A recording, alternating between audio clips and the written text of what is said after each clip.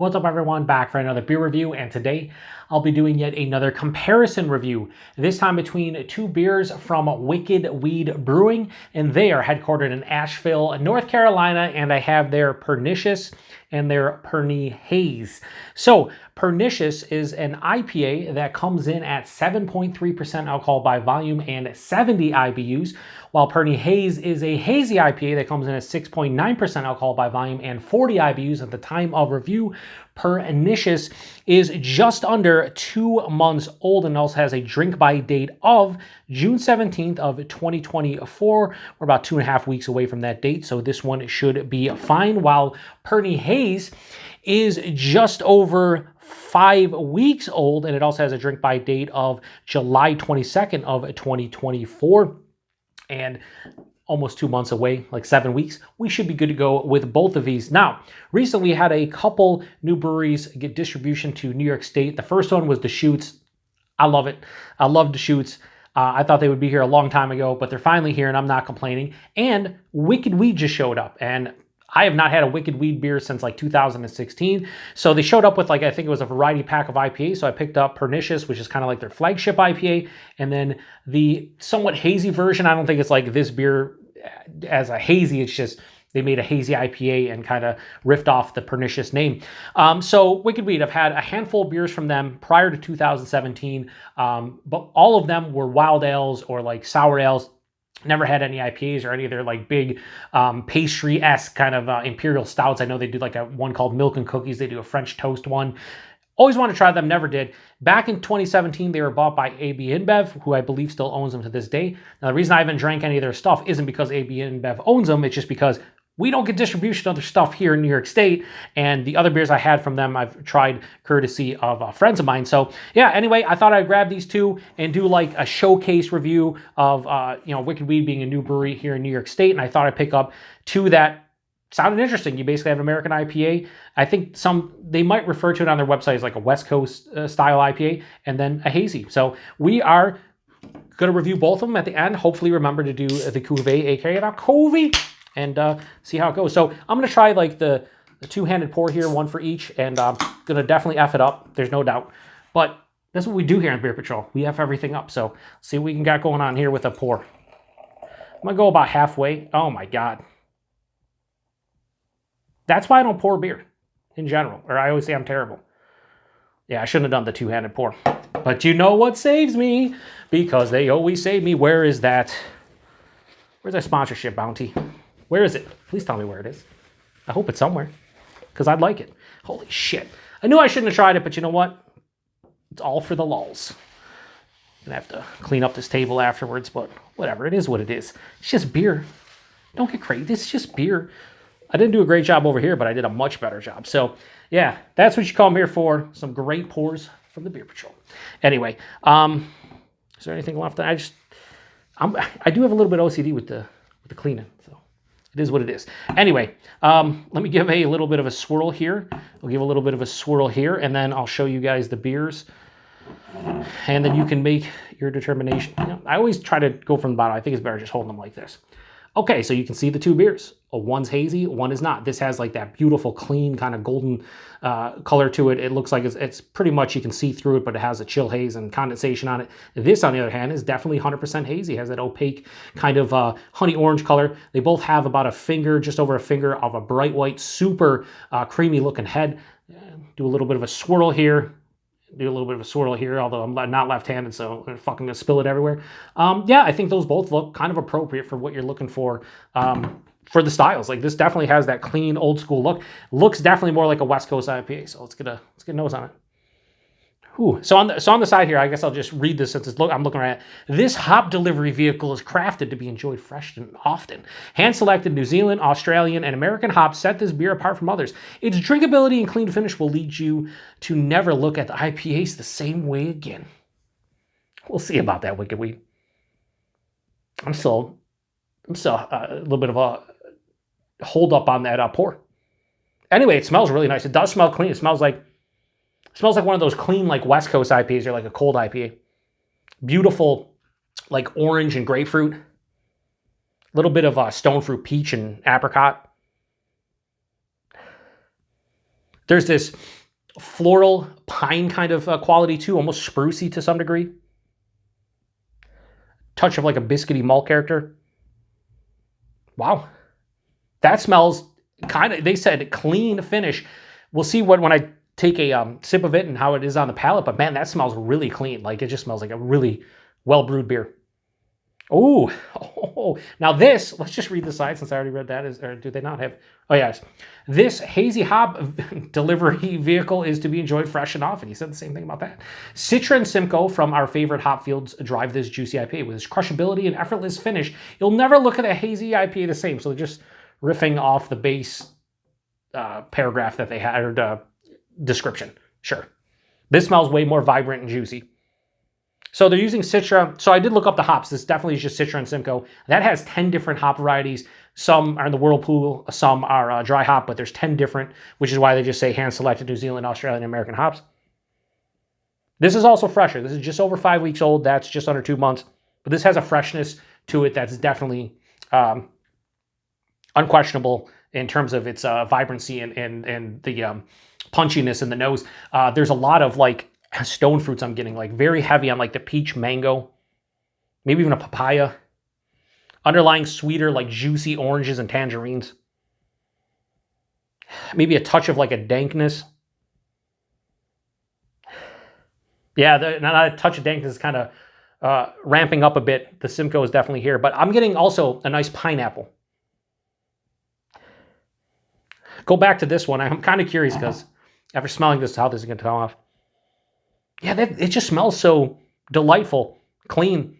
Now I go back, I'm getting a little bit of like a breadiness and like a caramel, like a biscuity, bready caramel. But this is more vibrant. So the nose on the hazy one smells better, but again, it is, you know, I think the difference of these two in terms of the date is exactly 20 days. I think that was 4/2, and this is, no, exactly 3 weeks. This is 4/2. Sorry, this is 4/3 and that's 4/23. So 20-day difference. So you're talking almost three week difference. The noses kind of make sense. Not saying that it would drop off that much in 3 weeks, but like I feel like this would be a little bit more vibrant if it was, 4 or 5 weeks old. Anyway, it smells pretty good. Let's get into it. Cheers, everyone.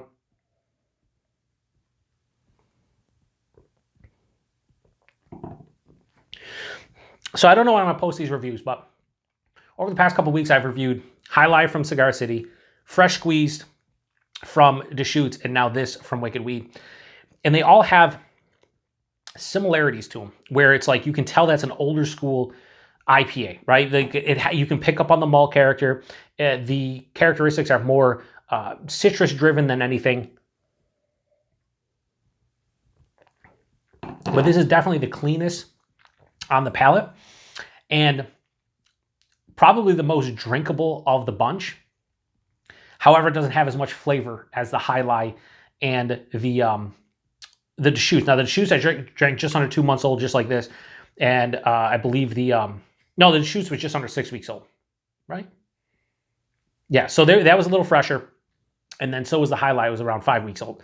This is almost 2 months old. And I feel like probably a little fresher. This would have a little bit more bite to it. Body medium, touch over medium, fine for 7.3. The mouthfeel, it's crisp. It has that, crispness to it. It's very clean, super refreshing, like a moderate carbonation, smooth on the palate. The taste is pretty simplistic, not like, over the top in terms of complexity, but forefront. It has that biscuity, kind of slightly caramel kind of vibe underneath the palate. Is it caramel? It smells more caramel. It's not really, the taste really isn't caramel. It's almost fucking drop the glass.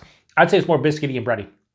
Underneath the palate. Then you get waves of citrus. I would say more or less tangelos. So a combination of like that tangerine and grapefruit.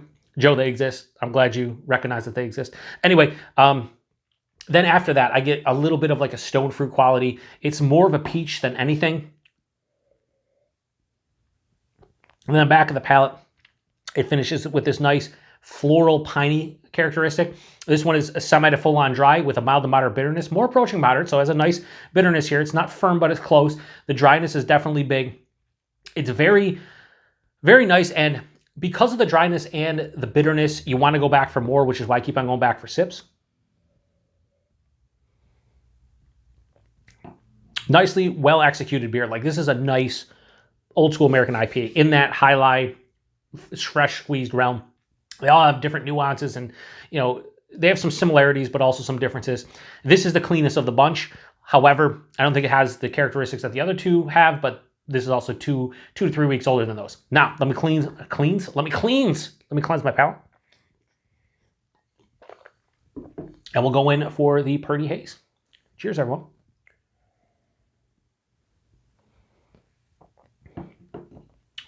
Oh, hello. Wow, that's very good. Oh, what the hell?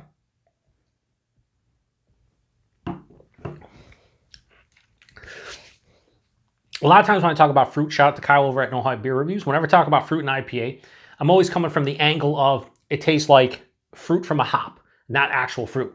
This, however, despite having no fruit in it, it has, like, if you had a fruit bowl and you had peaches in there, or like a fruit cup, and it was peaches and oranges. It tastes like peaches and oranges, like through and through, like the real peaches and oranges.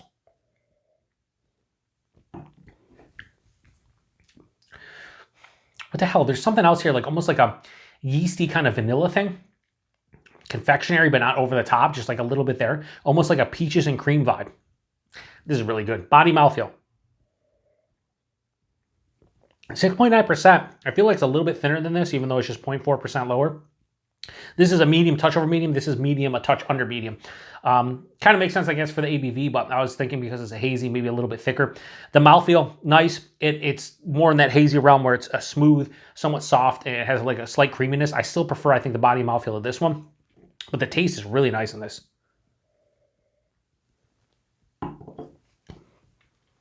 Front to back, it's just authentic orange and peach, underlying vanilla tinge. On the finish, it has this nice dank earthiness. Finishes again semi to full on dry. The bitterness here is very mild compared to the OG Pernicious. This is interesting. Two completely different beers, which again, they're not the same recipe or anything. I thought, based on the nose, I was really going to prefer this one a lot more. I think I just prefer it slightly more, and it would depend on my mood what I would go for. Trying to make sure that when we do the cuvee at the end, we have an appropriate amount. I think we do. It's pretty close. Anyway, 7.3%, 6.9. I really can't tell. On the palate, there's no astringency. There's no warming in my chest. If anything, I would guess because the body mouthfeel is a little bit heavier than that, and it is. Do I like these beers? I think they're really nice. For like a flagship IPA and then like a relatively new hazy beer and the price point and availability and everything, I think these are extremely well done. So I'm going to give Pernicious from Wicked Weed. I'm going to give this we'll go straight 4 out of 5. I think this is really well done.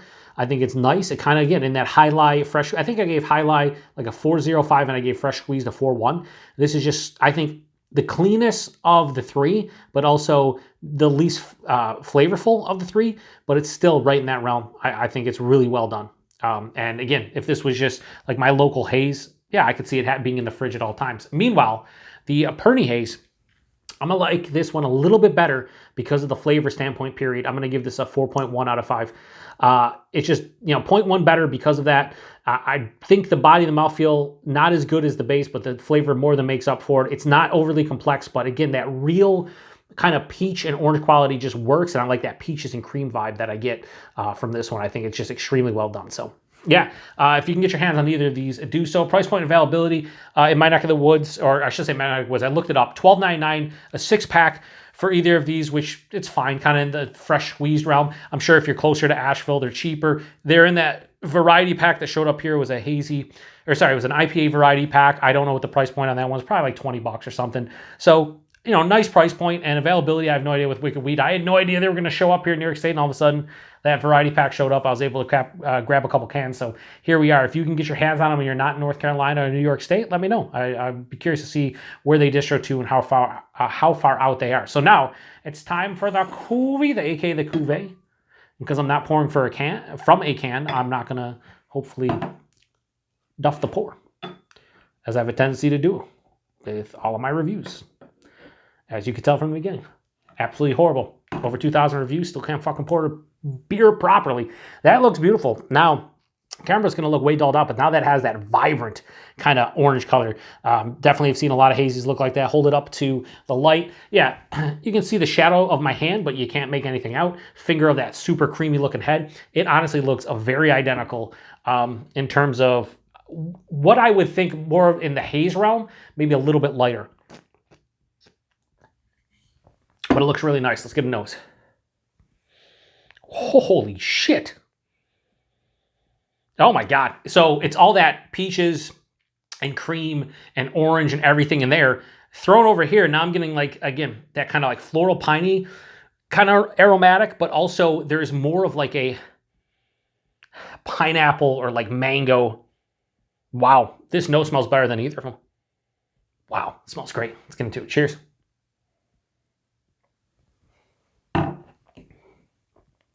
No. I don't know what it is about the cuvées, aka the covies lately, but I'd rather drink the beers on their own. I'm glad I only saved a couple ounces of each to kind of mix, because if I'd waste both cans, I'd be pissed off. It kind of takes the hazy beer and just drowns it out. I'm not getting a ton from the Pernicious. It's more the Perni-Haze just watered down. 4.1. I'd give this like a 3.6. Like, it's all right. I would drink it and have no issues with it. It's just, after having these two separately, it's not where it needs to be. Anyway, I'm going to shut this one down. As always with these side-by-side reviews or these showcase reviews, they're always longer. I'm reviewing two beers. I'm doing the cuvee. I'm comparing them the whole nine. So if you do watch to the end, I do appreciate it. I know a lot of you, I forget what review, there's been some reviews I posted recently where people are like, Joe, I watched to the end, and I do appreciate you guys watching to the end. You know, I know I can be long-winded at times, and by at times I mean 93% of the time I review something on my channel, but if you make it to the end, that's awesome, and that's cool, because I love talking beer. I love doing things like this. So yeah, anyway, I guess, in closure here, my thoughts, I would happily drink either of these. If I had to reach for one, it'd probably be the Perni-Haze. However, I would not turn this one down whatsoever.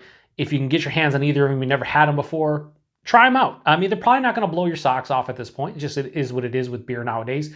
But for like staples and classics, like Pernicious, I think she's been around for a good, like, you know, probably like 7-8 years, maybe even longer than that. If you can just, you know, get these and try them out if you've never had them, I think it's worth doing so. So I appreciate everybody stopping by for another beer review here on the Beer Patrol. To the next one. Cheers.